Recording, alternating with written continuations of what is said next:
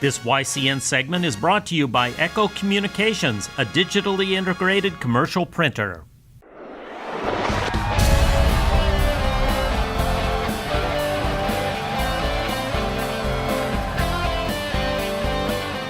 Welcome in, YCN Sports Talk. Jeremy Stout, and joining me again from 94 ESPN Radio, Brett Franklin.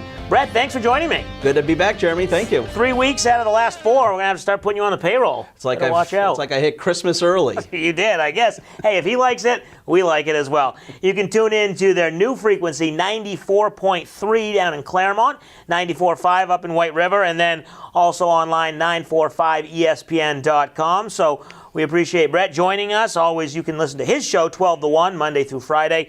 And Brett, we talked about it. I was on your show Tuesday and talked about the Red Sox. Won 8 out of 10 going into Wednesday.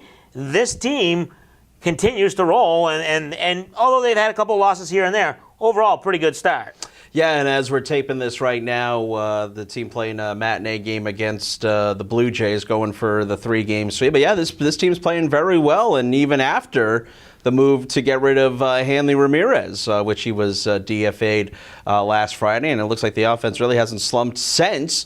So far, so good, but this team is, 38-17, 2 games up on the Yankees for first place in the AL East. The Yankees aren't losing anytime soon, so, as I said earlier today on the radio, if this is the way it's going to be this season, back and forth between the Yankees and the Red Sox for this AL East chase, sign me up. I'm looking forward to it. Yeah, and we'll get into how they've performed so far in the first 1/3 of the season, and if the Yankees and Red Sox will continue to battle. But let's get right to the Hanley Ramirez, as you mentioned. Friday, kind of before Memorial Day, kind of sneaking that end of the wire and getting rid of him.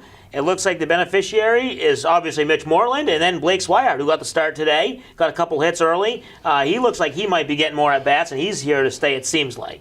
Yeah, initially I wasn't a fan of this move. I felt, why rock the boat for a team that's winning a lot of ball games, and Hanley Ramirez was no doubt a part of that offensive power that you saw early this season. And yeah, I know his OPS was the lowest in his career, and it was kind of more feast or famine with Hanley, and I know he was 0 for 20 before he got cut. But, clearly this is about the vesting option. Clearly they didn't want to pay him the other $15 million. This is a move towards the future. You're going to have to sign some other guys as you get towards free agent. Craig Kimbrell being one of them. Mookie Betts going to be wanted to be paid here in the next couple of years. So this was a future move, but boy, I think it's a big gamble to make on a team that is winning, good clubhouse structure. It's a big wave to make on a boat that's seemingly on the right direction. Yeah, and it was surprising because, as I mentioned yesterday when we were talking, Hanley and Alex Cora seem to have a good relationship. So you wonder why Alex Cora didn't have the confidence that he could sit Hanley when he needed to sit him and get him less playing time, but also keep him happy. But you're right. The long-term view was the vesting option, and we knew they didn't want to pay him for 2019. So as it got closer and closer, if you do this move in August, then the players' union really has a problem. Now you can at least kind of pretend. Everyone still knows it, but they might have a little bit better of an argument. And plus, like I said, with Blake Swihart, somebody was going to have to go when Pedroia came back from the DL. So that was also a big thing. Yeah, and as I told you earlier this week on the radio that, Blake Swihart better produce this year. I mean, they have gone above and beyond trying to get this guy reps and trying to get him in the lineup. And like you said, moving Hanley, keeping him being Blake Swihart, that we're throwing a lot more trust into Blake Swihart. But this guy better produce this year because, in theory, if you got rid of Hanley just to create a spot for him to get Swihart some reps, and it doesn't pan out, then that really doesn't bode well for you. Again, mostly based on the money factor, but the other part is keeping Blake Swihart, giving him the reps. I just hope he's worth it in the end. And with Moreland now getting the full at-bats at first base, we've seen him have the first 2 months really good. He tailed off last year, so hope he doesn't. One player just getting back, came back on Saturday, Dustin Pedroia. He's had a couple starts. He's had a couple games, got his first hit. What can we expect from him? Is he going to be, once he's ready, an everyday guy, or is he going to be sliding into that DH role every now and then? Well, they need him to be an everyday guy, and they've kind of, treaded water here, obviously winning 38 games and being in first place since he's been gone.